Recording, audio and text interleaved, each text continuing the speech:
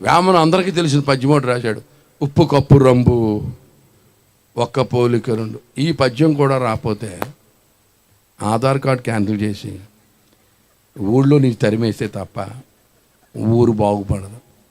ఈ పద్యం రానోడు Aadhaar card cancel చేసే అధికారం మాకు ఉంది. చెప్పండి, ఉప్పు కప్పు రంబు చెప్పరండి. Aadhaar card cancel batch. ఉప్పు కప్పు రంబు ఒక్క పోలిక రెండు చూడ చూడ రుచుల పురుషులందు పుణ్య పురుషులు వేరయ్యా కాదు, అసలు లేరయ్యా. ఆ చిన్న సవరణ చేయకపోతే పద్యం తప్పు అయిపోద్ది. ఎందుచేతంటే మనోళ్ళని అడిగిన ప్రశ్నకి సమాధానం చెప్పాడు దేవుడు. అందరూ పాపులా లేకపోతే కొంతమందే పాపులా? పాపం అంటున్నటువంటి జాతులు కానీ తెగలు కానీ గోత్రాలు కానీ గట్రా ఏమన్నా ఉన్నాయా భూమి మీద అని నిలదీసి అడిగారు, తేటగా అడిగారు దేవుణ్ణి. పాపము సోకని పాపము అంటని మనుషులు కానీ తెగలు కానీ కులాలు కానీ గోత్రాలు కానీ జాతులు కానీ భూమి మీద ఉన్నాయా అంటే మన శాస్త్రం ఏం చెప్పింది తెలుసా? హైందవ్యం కామక్రోధవశ సర్వే దేవఋషి పితృమాన మానవ. పితృదేవతలు, గృహదేవతలు, ఋషులు అందరూ కామక్రోధం వశమైపోయారు. కామక్రోధ వశ సర్వే. సర్వే అంటే ఏంటి? సర్వే అంటే రోడ్లు సర్వే చేయడం కాదు, సర్వజనులు. కామక్రోధవశ సర్వే దేవఋషి పితృమాన మానవ. పితృదేవతలు, గృహదేవతలు, ఋషులు అందరూ కామక్రోధం వశమైపోయారు అని హైందవ శాస్త్రం చెప్పింది. దానికి బైబిల్ ఖచ్చితంగా చెబుతుంది, నీతిమంతుడు లేడు, ఒక్కడును లేడు, అందరూ పాపము చేసి దేవుడు అనుగ్రహించి మహిమను పొందలేకపోతాం. కనుక ఇంత ఎగ్జాక్ట్గా టాలీ అవుతూ ఉంది. ఈవేళ మీరు తెలియక దేని యందు భక్తి కలిగి ఉన్నారో, సైంధవ సహోదరులారా, ప్రియతమ భారతీయులారా, మీరు దయచేసి అన్యదా భావించొద్దు. యేసును మావాడు కాదనుకోవద్దు, పరదేశవాడు అనుకోవద్దు. మేమేదో మనకు తెలియంది, మనకు లేనిది, మన ఇంట వంట లేనిది మేము ఆచరిస్తున్నామని దయచేసి అనుకోవద్దు సుమా. మీరు గమనించాలి, ఈ శాస్త్రాలన్నీ కూడా మనవే. ఈ సంగతి అంతా అందరికంటే ముందు మన దగ్గరే ఉన్నది. మనం ఎంతో ప్రాచీనమైనటువంటి నాగరికత కలిగిన వారం. మనకు తెలియనటువంటి సత్యము లేదు.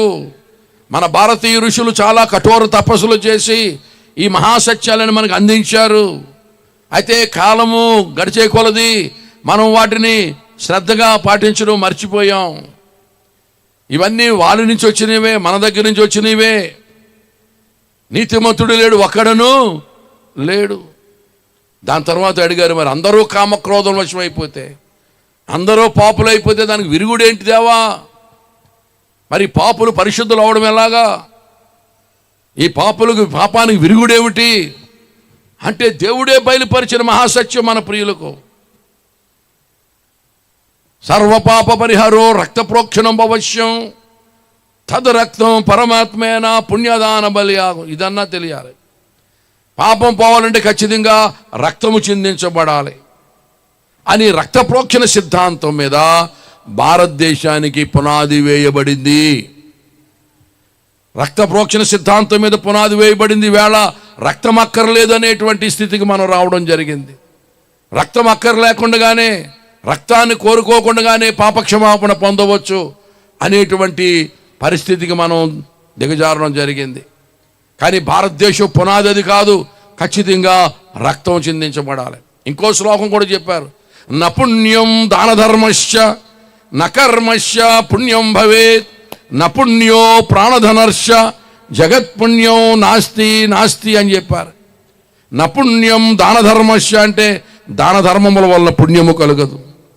నకర్మశ్చ పుణ్యం భవేత్ అంటే మానవుడు ఏ కర్మ చేసినా పుణ్యాత్ముడు కాలేడు. నపుణ్యో ప్రాణధనర్ష జగత్పుణ్యం నాస్తి నాస్తి అంటే దేవుడే దిగి వచ్చి మానవుల కొరకు ప్రాణదానం చేయాలి. దేవుడే దిగి రావాలి. ఖచ్చితంగా దానికంటే వేరొక సంఘటన జరగదు. ఇంకా మరి దేని వలన నరుని పాపము పరిహారం అవడం సాధ్యం కాదు. ఈ పాపాత్ముడైన మనిషి మరలా పుణ్యాత్ముడిగా మార్చబడాలంటే దేవుడే దిగి రావాలి. నపుణ్యం దానధర్మస్య, దాన ధర్మముల వలన పుణ్యము కలుగదు. నకర్మస్య పుణ్యం భవేత్, మానవుడు ఏ కర్మ చేసినా పుణ్యాత్ముడు కాలేడు. నపుణ్యో ప్రాణధనర్ష జగత్పుణ్యం నాస్తి. నాస్తి అంటే దేవుడే దిగి వచ్చి ప్రాణదానం చేసే రక్తం చిందిస్తే తప్ప పాపక్షమాపణ కలుగుదని హైందవ సిద్ధాంతం. దేవుని బిడ్డలారా, ఆ దేవుడే దిగి వచ్చి ఆ రక్తం చిందించినటువంటి సంఘటన పరిశుద్ధ బైబిల్ గ్రంథంలో వ్రాయబడి ఉంది. ఈ సత్యం కూడా రాశారు. రక్త ప్రోక్షణ లేకుండా పాపక్షమాపణ కలుగుదని సామాన్యముగా చెప్పవచ్చును కదా. రక్త ప్రోక్షణ లేకుండా పాపక్షమాపణ కలుగుదని సామాన్యంగా చెప్పవచ్చును కదా. ఎంత ఎగ్జాక్ట్గా హైందవ మూలోపదేశానికి, హైందవ పునాది సిద్ధాంతానికి, క్రైస్తవ బోధ, పరిశుద్ధ బైబిల్ గ్రంథపు బోధ ఇంత స్పష్టముగా మక్కీగా టాలీ అవుతూ ఉంటే, ఈవేళ భారతదేశము యేసునక్కర్లేదని, యేసు పొరుగువాడని మనం చెప్పకూడదు సహోదరులారా. ఆయన మనవాడే అని మీకు తెలియజేయడానికి నా యొక్క ప్రయత్నం. దేవునికి స్తోత్రం చెప్పండి గట్టిగా. హల్లెలూయా.